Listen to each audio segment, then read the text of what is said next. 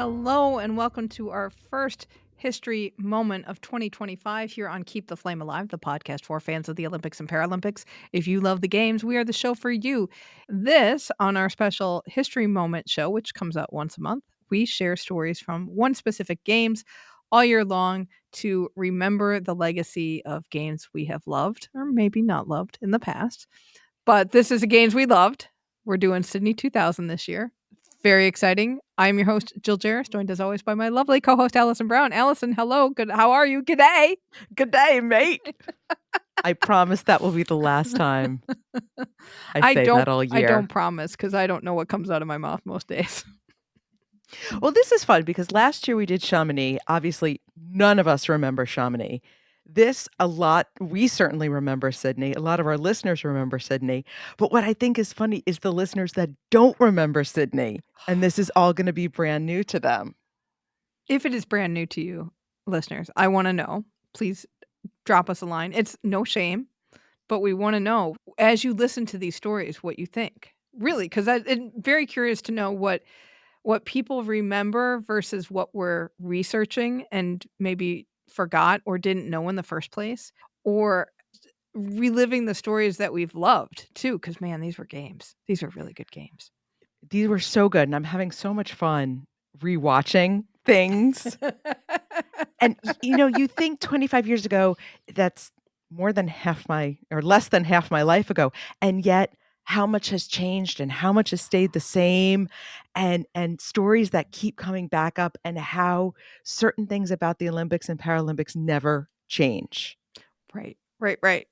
And we're talking about the bid today. So we have classic competition bid again, and just the craziness around all of it, and how much hype, how much everything. And it's just, I've been putting it into my veins for the last several days. Along with shrimp on the bobby. Right? And bad hairdos. I think we'll all be cutting a mullet by the end of this year. Right. Before we get to going, we do want to say, LA, we're thinking about you.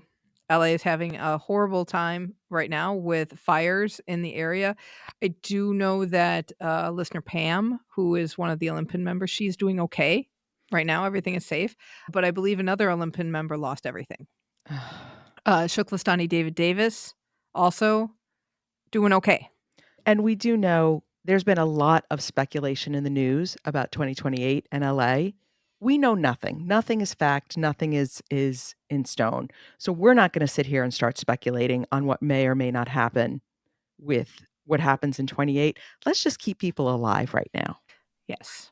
It's just devastating to see all the damage. So sad to see people's lives just totally destroyed and everything they own gone. It's amazing to see the city be so resilient and everybody come together in amazing ways to help. But it's going to be a long haul when you look at just the massive amount of neighborhoods that have been decimated by fire. How long that will take to rebuild is going to be tough. But I think they'll do it. They'll do it because everyone's been coming together so far. And I know a lot of people saw the Gary Hall Jr. story. We're going to talk about Gary Hall when we get to swimming, but I do want to mention this was so nice little bit of hope where Gary Hall Jr., a swimmer, has medals, obviously, from Sydney and Atlanta and Athens. And the IOC, he lost it all in the fire, lost everything. And the IOC is going to replace all those medals with replicas from those different Olympics. And it was just this nice little gesture that made me feel like, you're going to be okay. Like LA, you're going to be okay. The world is pulling for you here. Yes. So did you bring me a steak and a gold watch to talk about the bid process? Well, we will find out, won't we? So I'm talking about the bid, and we are going to go back to 1993, September 23rd, 1993. It's Monte Carlo in Monaco. 5 bidding cities go in front of the IOC, making their pitch for the right to host the 2000 Games. Beijing, Berlin, Istanbul, Manchester, UK, and Sydney, Australia. The field was originally 8 cities, but Brasilia, Milan, and Tashkent, Uzbekistan have all dropped out before the final leg. Beijing is seen as the late frontrunner, a city hoping to open themselves up to the world just 4 years after the government had silenced protesters at Tiananmen Square. But Sydney stands in its way. Australia had hosted the Summer Olympics in 1956, and it wanted them back. The 2000 Olympics was Sydney's first time bidding for a Games, but that bid was a long time coming. Sydneyites, or maybe it's Sydney Siders. I heard that was out of date, but I saw them say Sydney Siders back in the day. They started thinking about an Olympic bid back in 1970. And the city's deputy Lord Mayor even formed a citizens committee to look into bidding for the 1988 Games.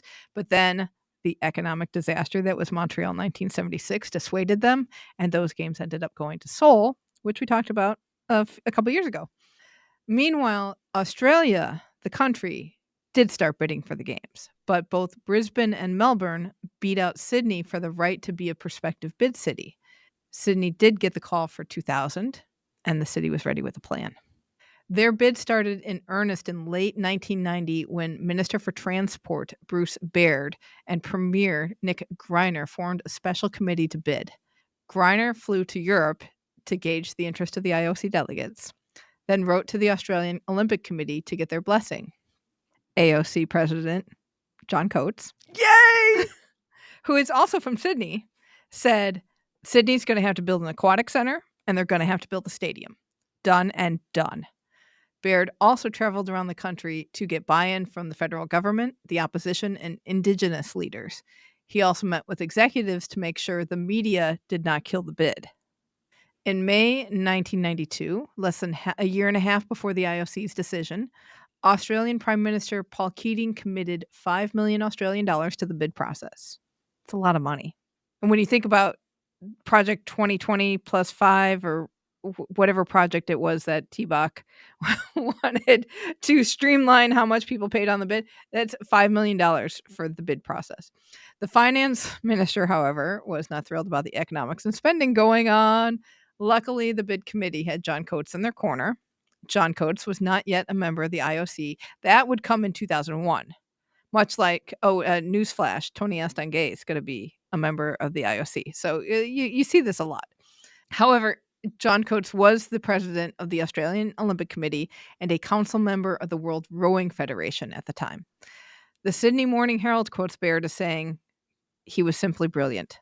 Some people see him as a Machiavellian figure, but he was thoroughly strategic in what we needed to achieve. He was brilliant.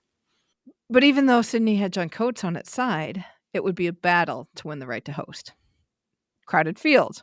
We've got Istanbul making its first of 5 unsuccessful bids, building on the concept that Turkey represented the unification of continents, just like the Olympic rings are connected.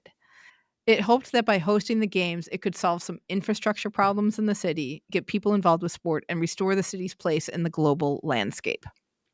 Berlin's bid, with the motto, "Thanks to the world," came on the heels of reunification. The Berlin Wall had fallen in 1989, and the city wanted to showcase how East and West had reunited and were returning to the global stage as one city. IOC member Dr. Willy Dalma, whose name you might recognize because he led the Munich 1972 organizing committee, was on the board of trustees for this bid. Who also appears in the bid book writing a message of support? One Dr. Thomas Bach, who was an IOC member at the time. The characters that we are going to get circling around is going to be so much fun. Right. That is one of the best parts of this, when you see people who are like way earlier in their careers, or they just keep popping up time and time again. The Berlin bid was seen as an early contender, but the organizing committee experienced some scandals. Journalists uncovered the fact that the committee had created dossiers on the IOC members and their personal preferences. The New York Times included a note that the committee figured that only 7 of the 94 IOC members are, quote, not for sale. 7 of 94 not for sale. I'm for sale if anybody wants to buy me. How do you like your steak? I'm more of a vegetarian. Other problems with the Berlin bid included thousands of protesters, as well as economic issues stemming from reunification. The federal government lost interest. Chancellor Helmut Kohl didn't even lobby for the bid. and the 1993 federal budget did not include money for the bid. Although Berlin said they could do it on private funds, we all know how much the IOC likes government support. So they're not looking good at this point. Manchester, bidding for the games a second consecutive time. You will love this. The reason why Manchester started bidding for the games? Spite. Oh, you know I love a good spiteful Brit. So bid director Robert Scott started his quest to get the games in 1985 after hearing Prime Minister Margaret Thatcher promote London as an Olympic bid city. And she apparently slighted Manchester in such a way that Scott was mad and took action and formed a bid committee. Okay, we get a spiteful Brit going after Margaret Thatcher. Was this man made for me? So they had bid for 1996. They finished 5th out of 6 cities. They thought they could pull it out in 2000 because they had been wooing the IOC longer than any of the other candidates. So we got that. Manchester's bid book promised a classic Olympic Games, compact venue plan. They touted the country's sporting tradition and government commitment. The prime minister then was John Major, and he was a big supporter of the bid, ready to put money behind it. However, behind the scenes, government officials weren't so confident. And in 2019, the UK National Archives released files on a bid failure inquiry that showed a different side of the bid, including a quote from one Damien Green, who at the time worked in the Prime Minister's policy unit, though you might recognize his name from when he served in Prime Minister Theresa May's second cabinet. He said, among other things, quote, "No one in their right mind would spend 3 weeks in Manchester rather than Sydney. It is hard to imagine Manchester ever being successful," end quote. Well, I think what's interesting is that the points made in that Manchester bid, the small footprint and all those things, and traditionalism is what made London 2012 so good. Right? So they kept that idea, just now you can go to London and not Manchester. Beijing, their bid played on the concept of building a national identity and opening the country up to the world. They would also develop the Olympic movement in China and Asia. With China having the world's largest population at the time, the lure of giving sponsors access to those consumers was strong. The city also had a number of venues in place thanks to hosting the 1990 Asian Games, and China was ready to spare no expense when it came to building infrastructure. Another hope from outside the country was that the gains would not just spur China's economic growth, but also help it become a more democratic nation. A theme we Also heard f about Sochi. But also what we heard 2000 I mean, this is their 2008 bid. Did they just rewrite the book? Maybe. If we do Beijing 2008, we'll find out. Right. One thorn in Beijing's side, U.S. Congress. They opposed China's bid due to its human rights record and wrote to the IOC to express its thoughts. China was not thrilled. The deputy mayor of Beijing and bid committee chair Zhang Baifa went so far as to threaten a boycott of Atlanta 1996 as revenge, but Chinese officials disavowed that statement pretty quickly and said, "Oh, the threat never existed." No, he did not say that. You imagined it. Still, we know the IOC doesn't really care about human rights issues because, as I've said before, if they worried about them, no place could host the games. Sydney was one of the rare 2000 bids with a theme. That theme was Share the Spirit. And yes, it has its own song. The spirit of the dream that we all share.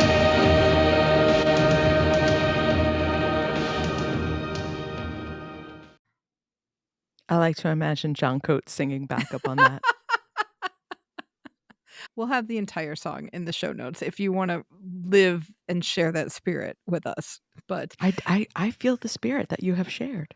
I couldn't figure out because I saw like promos of it. I think they used this like throughout the whole thing. They really got their money's worth with the song. But I was like, I saw it as a promo, and then I saw the bid book that had the song lyrics in it, and I was like, this has to be the same thing. And I think they just kept using it. So they wanted to share the spirit. They wanted their games to be the athletes' games, and their bid promised a lot. New Olympic Stadium, other new venues for starters, Sydney offered to pay for the freight costs for horse and boating equipment transportation. They also offered to pay for, and this may be one of the reasons their bid went over the top, flying athletes and officials to Sydney. This move cost them about 40 million Australian dollars, but for small NOCs that couldn't afford it, that this was a big deal. They also made a strong commitment to host an environmentally sound games, something that appealed to Scandinavian IOC members. One other promise that we'll touch on later in the year, they promised to aim for a drug-free games. Okay. So the bid team's final push included Prime Minister Paul Keating and his wife Anita, tennis great Yvonne Goolagong, singer Dame Jones. I know, pulling out all the stops here.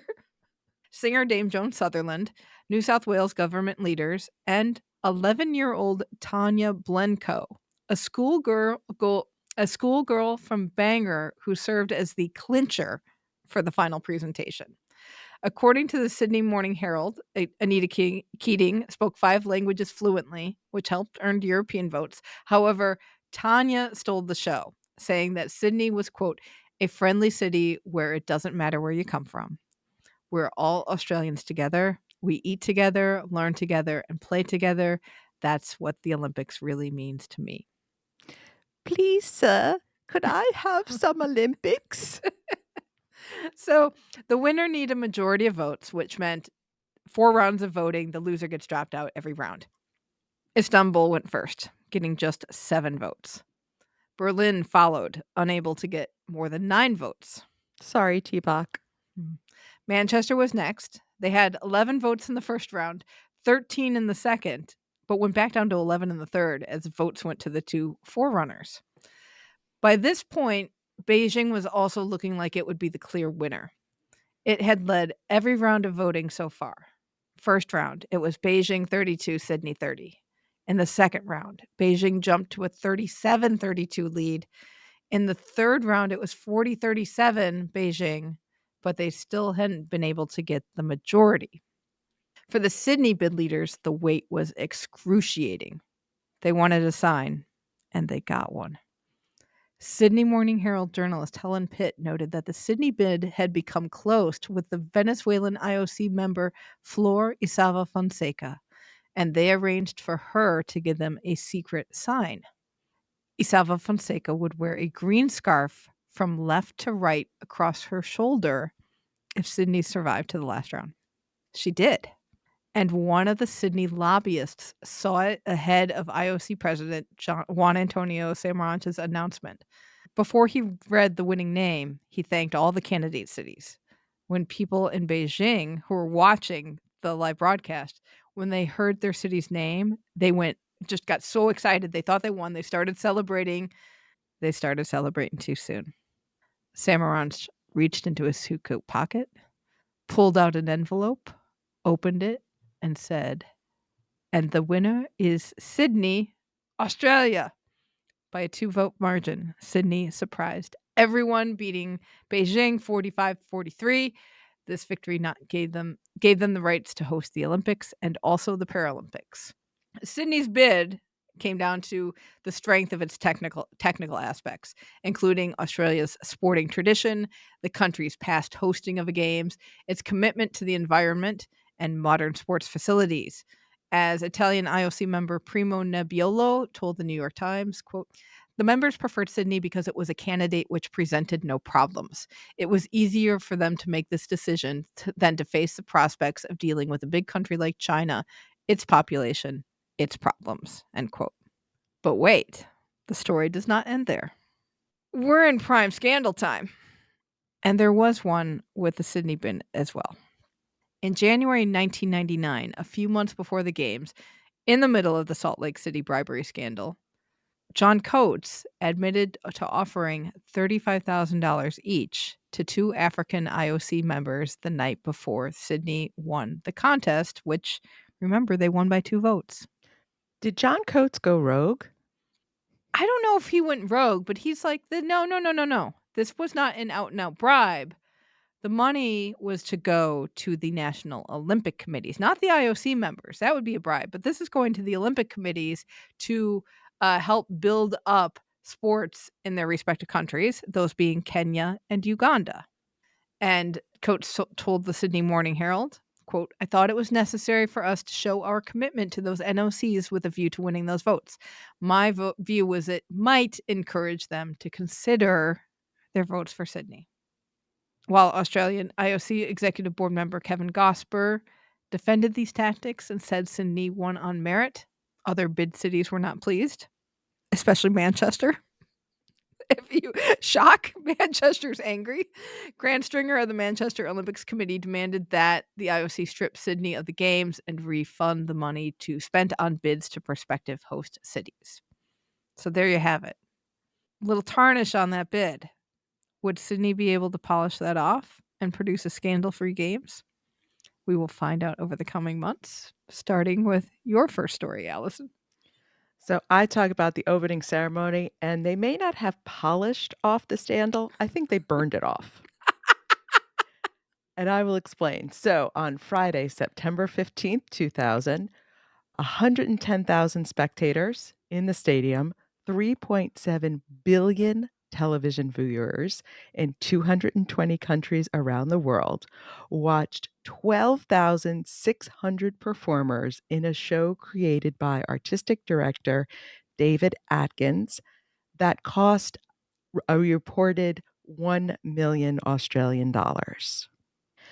So the ceremony opened with a cavalcade of horses and riders and the Australian anthem. But the show really got going when 13-year-old Nikki Webster skipped into Stadium Australia. Get ready for a trip through the long history and diverse landscape of this beautiful country down under. Almost immediately, as Nikki appears on the floor of the stadium, she is scooped up into a harness and flown way up into the air. And the floor of the stadium is filled with giant jellyfish and monster sized fish puppets. She is swimming through the Australian Ocean. So after she is done with her little swim, she lands in the middle of hundreds of Aboriginal performers. And the Aborigine, performance wise, played a huge role in this opening ceremony. And it was a big deal in Australian culture to get the Aboriginal history recognized at this time. We're going to see that in our story as we go along. The Aboriginal performers were singing and walking on stilts and producing a lot of smoke. And you know what goes with smoke? Fire. Fire. Fire eaters and dancers swinging lit batons joined in the fun. And as the smoke cleared, we move on to the next segment, which is the gardens of Australia. Performers dressed as giant flowers glided onto the floor. This was Vegas style costumes where, the girl is 5.5 feet tall, and the costume is 10 feet tall. Glitter, sparkles, giant satin petals. We've got butterflies, golden leaves, and more flowers joining the fun. And on the floor, they perform a beautiful dance in a kaleidoscope pattern. This is a program made for the stadium because in person, this must have just been overwhelmingly beautiful. It's nice on camera when you watch the video, but in person, this was way, way more impressive. You may be wondering what happened to Nikki. Did she get swallowed by one of the giant fish? Oh no, don't worry. She is back in her harness, flying high above the gardens. The Aboriginal performers come in and fill the floor among the flowers. It is an old school stadium spectacle. Now we get into the history of the country, because who's coming on but the British colonists who are riding in these sort of clockwork sailboat bicycles. So it's bicycle powered, but it looks like a sailboat. Okay. They tap dance, they crack whips, they axe fake trees, and we get to the good Australian hoedown. Oh, God.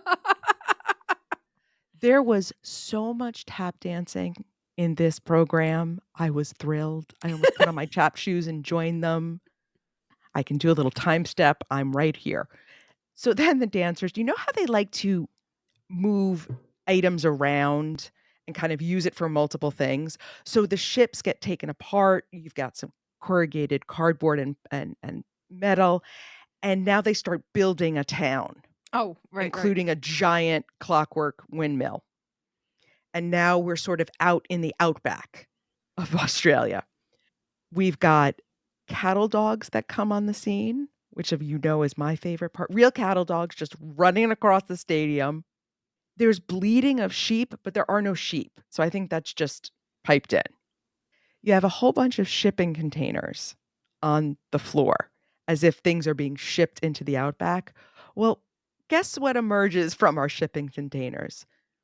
You'll never guess.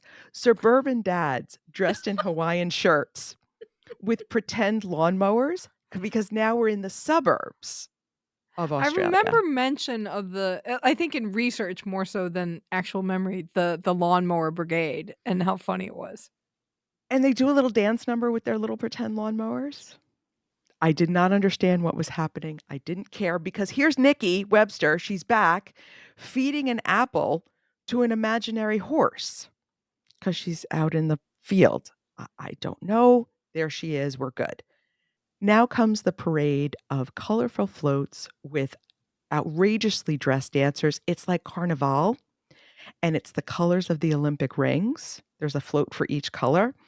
I think it was supposed to represent the various communities and immigrant communities in Australia and around the South Pacific and Oceania. I don't know. There was feathers. There was a lot of singing. I have no idea what was going on. There were dancers in full body paint glitter. Wow.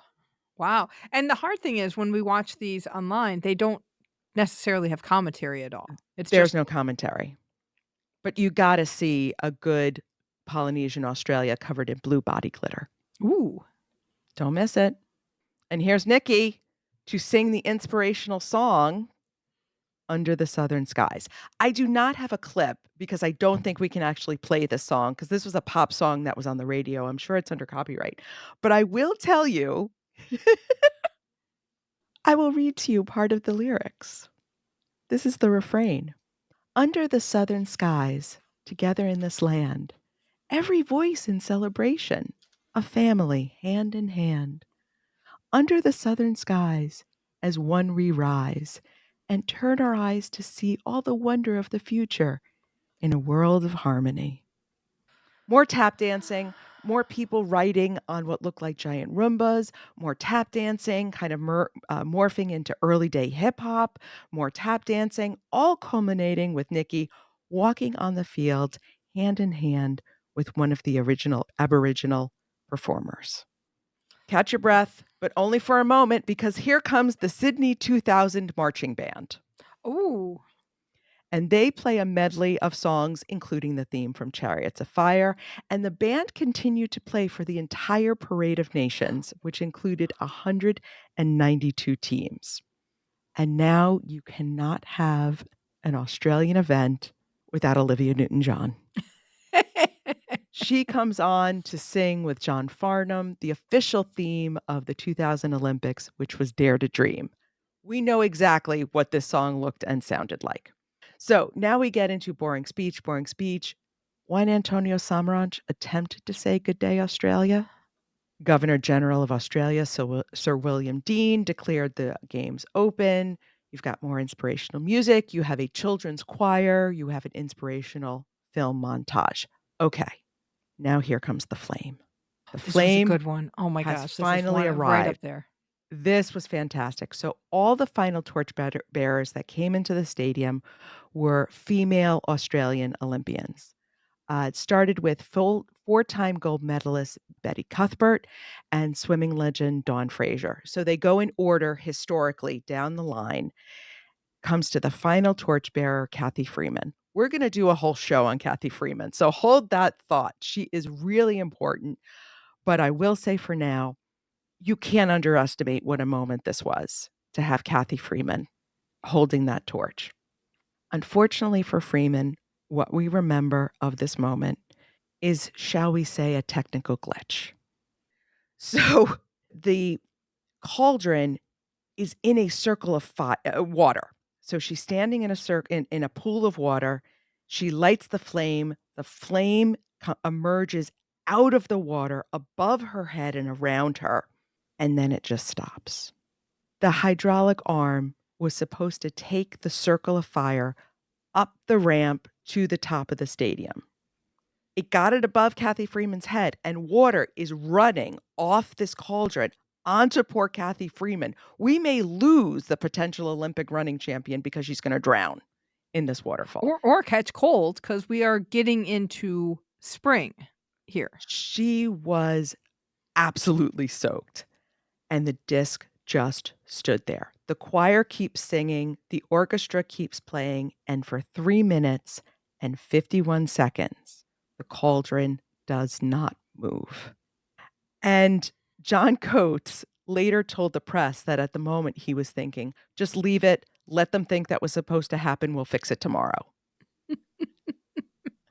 Behind the scenes, engineers were frantically scrambling to find what was going wrong. They finally had to manually override a malfunctioning limit switch, which finally got this thing movement. And it lurched and it shook and it bounced and it got its way to the top of the stadium. Cue the fireworks. Not to be outdone, we got a little on the Paralympic opening ceremony, which happened about a month later, Wednesday, October 18th. Rain had threatened to ruin the party, but the showers ended early enough for workers to drain puddles and dry floors. And if you want to see some funny pictures, see these poor guys frantically trying to dry the floor. About 6,000 performers participated, joined by the narrator, Australian actor Brian Brown, who people of my age will remember as the rejected husband in The Thornbirds. The show included rock bands, singing children, many performers with disabilities, lots of guitars, a filmed appearance by Stephen Hawking's, Oh, wow. a lot of balloons. Producers seemed to really rely on balloons to wow the crowd. There were giant bird balloons, bug balloons, fish balloons, which may have been recycled from the Olympic opening ceremony and their ocean part. Hundreds of dancers with balloons on strings. The country signs during the Parade of Nations were giant balloons filled with more balloons in the national colors of each country. The helium budget for this opening ceremony was not to be believed. And someone backstage who had to blow up all those balloons was, like, taking a hit themselves to, like, make everyone laugh. There were probably hundreds of Australians having helium poisoning that night. That alone may have killed half the seals in Sydney Harbor. I mean, the balloons were out of control. Australian wheelchair racer Louise Savage lit the cauldron, and it was the same one used for the Olympics. The Paralympics did not use the waterfall or the hydraulic arm, so there was no technical glitches. Louise raced in 4 Paralympic Games and won a gold medal at every distance between 100 and 5,000 meters. Wow. Very worthy cauldron lighter. We had the So, boring.